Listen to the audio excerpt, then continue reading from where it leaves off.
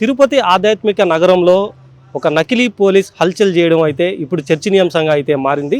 ఈ యొక్క సంఘటన కూడా కొత్త రోడ్లో ఉన్నటువంటి ఈ యొక్క హోమ్ స్టే దగ్గర అయితే జరిగింది. ఈ యొక్క హోమ్ స్టేలో కూడా తను వచ్చి ఇక్కడ హడావిడిగా అంటే నిన్న ఎర్లీ మార్నింగ్ 3 గంటలకి వచ్చేసి ఒక 3 గంటలకి ఒక హోమ్ స్టేలోకి బస్టాండ్లో దిగి బస్టాండ్ నుంచి ఇక్కడికి రావడం, ఈ హోమ్ స్టేలో రూమ్ కూడా తీసుకోవడం, హడావిడిగా ఒక రూమ్లో తను ఫ్రెష్ అప్ అయ్యేసి కూడా తను వెంటనే కూడా వెళ్ళిపోవాలి అనేసి అయితే రావడం అయితే కలకలం అయితే రేపుతున్నటువంటి పరిస్థితి అయితే ఉంది.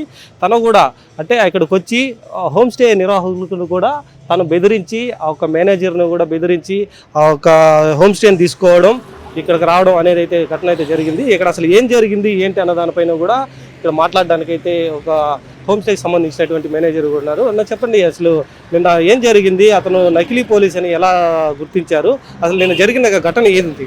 మొదట ఆయన వచ్చినప్పుడు మేము కూడా నిజమైన పోలీస్ అని గ్రహించాము.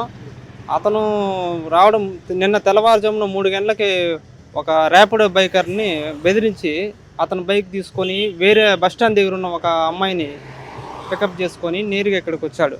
ఇక్కడికి వచ్చి హోమ్ స్టేలో ఇక్కడ అతను వదిలేసి ఇక్కడ పనిచేస్తున్న ఇద్దరు వైఫ్ అండ్ హస్బెండ్ ఇక్కడ పనిచేస్తారు. వాళ్ళని బెదిరించి ఇక్కడ రూమ్స్ ఏమన్నా చూపించి ఒక పోలీస్ లెవెల్లో వాళ్ళు అన్ని చెకింగ్ అన్నీ చేశాడు. చేసి మాకు ఒక అరగంట రూమ్ కావాలి, ఫ్రెష్ అప్ అయ్యి వెళ్ళిపోతామని చెప్పినాడు. మళ్ళీ ఏం చేసినాడంటే రూమ్లోకి వెళ్ళినారు. తెల్లారితో ఒక 8 అయినా కానీ వాళ్ళు బయట రాలేదు.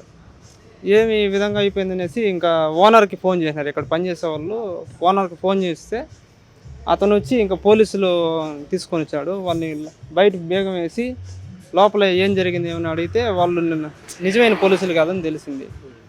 మళ్ళీ పోలీసులే వాళ్ళని తీసుకెళ్ళి ఒక వ్యాన్ తీసుకొచ్చి వాళ్ళు తీసుకెళ్ళి వెళ్ళిపోయినారు. వాళ్ళు అలా జరిగి అతను ఒక్కడే వచ్చారా, అతనితో పాటు ఇంకెవరైనా కూడా వచ్చారా? అతను ర్యాపిడో బైకర్ని రోడ్లో బెదిరించి ఆ బైకర్తో పాటు ఒక అమ్మాయిని కూడా తీసుకొచ్చారు. ముగ్గురుగా వచ్చారు, ఒక బండి మీద ముగ్గురు వచ్చినారు. ఇక్కడ ఆపి ఇంకా వాళ్ళు కాల్చింది వాళ్ళని బెదిరించి రూమ్ తీసుకున్నారు. అట్లా పోలీసు యూనిఫామ్తోనే వచ్చింది కూడా. పోలీసు యూనిఫామ్ వేసుకొని పోలీసులను కూడా ఒక ఇది చూపిస్తున్నాను.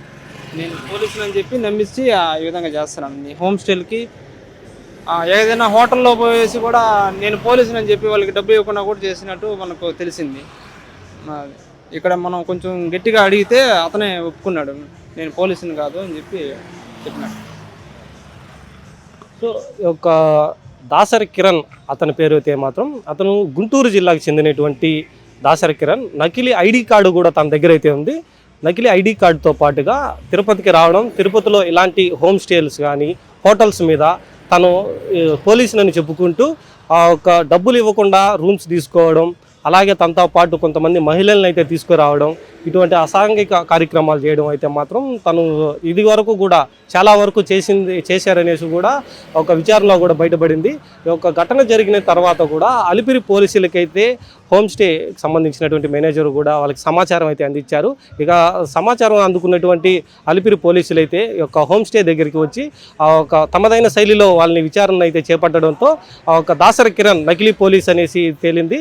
ఒక నకిలీ పోలీస్గా తేలుతూ తన గతంలో చేసినటువంటి ఇటువంటి కార్యకలాపాలే కూడా బయట రావడంతో తనపై కూడా కేసుని బుక్ చేసి ఎఫ్ఐఆర్ కూడా బుక్ చేసి తననైతే మాత్రం అలిపిరి పోలీస్ స్టేషన్లో అయితే అరెస్ట్ చేయడం అయితే జరిగింది. తను గుంటూరు నుంచి కూడా ఇక్కడికి రావడం, అలాగే తిరుపతిలోనే కాకుండా చుట్టుపక్కల పరిసర ప్రాంతాల్లో కూడా తను ఇలాగే ప్రవర్తించడం అనేది అయితే చాలా వరకు జరుగుతూ ఉంది. తను ఇదే విధంగా కూడా ఉంటున్నారనేసి అయితే మాత్రం ఈ యొక్క విచారణలో కూడా తెలిసినటువంటి పరిస్థితి అయితే ఉంది.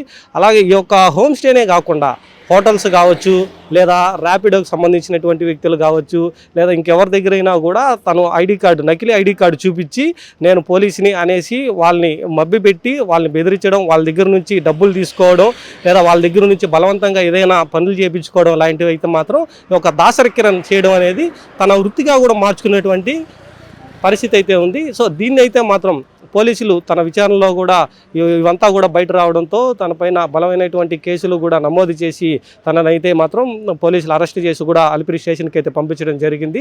ఇది వరకు తన పాత ఏవైతే ఉన్నాయో ఆ పాత కేసులు కూడా దీంతో మీదనే పెట్టించి కూడా తనను కూడా అరెస్ట్ చేయడం అయితే జరిగింది. ఇక మీదట ఇటువంటి నకిలీ పోలీసులు ఎవరైనా కూడా వస్తే కానీ లేకుంటే ఎవరైనా అపరిచిత వ్యక్తులు కూడా ఎవరైనా హోమ్ స్టేస్ కానీ హోటల్స్కి వస్తే మాత్రం వాళ్ళపైన ఎవరికైనా అనుమానాలు ఉంటే వెంటనే కూడా పోలీసులకి రిపోర్ట్ చేయాలనేసి కూడా పోలీసులు అయితే తెలుపుతున్నటువంటి పరిస్థితి. ఇటువంటి అపరిచితులతో కూడా చాలా జాగ్రత్తగా వ్యవహరించాలి అనేసి అయితే మాత్రం పోలీసులు కూడా హెచ్చరిస్తున్నటువంటి పరిస్థితి అయితే ఉంది. కెమెరామెన్ సోహిల్తో నరేష్, సుమన్ టీవీ, తిరుపతి నుంచి.